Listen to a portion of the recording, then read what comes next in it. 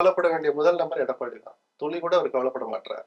ஒரு அடி வாங்கின பிறகு பொலிட்டிக்கலா நாடாளுமன்ற தேர்தல்ல அதிமுக அரசியல் வரலாற்றிலேயே இல்லாத அளவுக்கு 7 தொகுதிகள்ல டெபாசிட் போற அளவுக்கு போ அந்த நிலைமை வந்து ஒரு தோல்வி அடைஞ்ச போது கூட ஜெயலலிதா 30, 28% குறைஞ்சலாம் வாக்கு சதவீதம் குறைஞ்சதே இல்ல. 21க்கு குறைஞ்சிடுச்சு. இவ்வளவு நடந்த பிறகும் கட்சியை பலப்படுத்துறதெல்லாம் கூட செகண்ட் பார்ட். இருக்கிற கட்சியை தக்க வைக்கிறது கூட அவர் மெனக்கெட மாட்றாருங்கிறதா வருத்தம். 210 தொகுதியில ஜெயிப்போம் அது அப்படின்னு எந்த கணக்குல சொன்னாரு தெரியல. பிஜேபி கூட்டணி வாங்கிய வாக்குகளையும் நாம் வாங்கிய வாக்குகளையும் சேர்த்தால் 84 தொகுதியில நம்ம ஜெயிச்சோம். உண்மைதான். அரித்மெட்டிக் பார்த்தா 84 சட்டமன்றத்துல இந்த அணி அதிக வாக்கு வாங்கியிருக்கு. இதைத்தான் நாங்க தேர்தல் முன்னாடி சொல்லிட்டு இருக்கோம். தப்பான நேரத்துல பிஜேபி விட்டு வெளியில வந்துட்டாருன்னு. நாடாளுமன்ற தேர்தலில் பிஜேபியோட கூட்டணி வைப்பது வரம். அத சாபமா நினைச்சு வெளில வந்துட்டாரு. சட்டமன்ற தேர்தலில் பிஜேபியோட கூட்டணி வைக்கிறது சுமதான். ஆனா தூக்கிட்டு அலைகிறாரு இப்போ. சரி அது விட நடந்து முடிஞ்சிடுச்சு.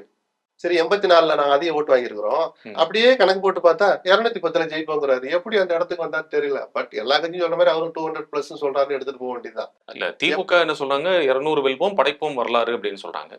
திரு எடப்பாடி சொல்றாரு 210 தொகுதிகளில் ஜெயிப்போம். இன்னைக்கே அதுக்கான உறுதிப்படுத்தப்பட்ட ரைட். விஜய் என்ன சொன்னாரு?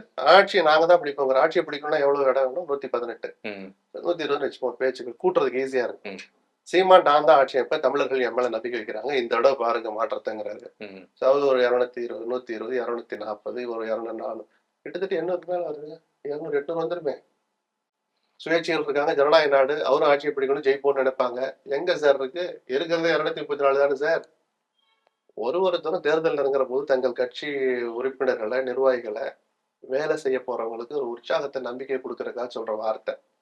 யதார்த்தம் 2 பேர் 3 பேர் வார்த்தைகள் தான் இருக்கும். 200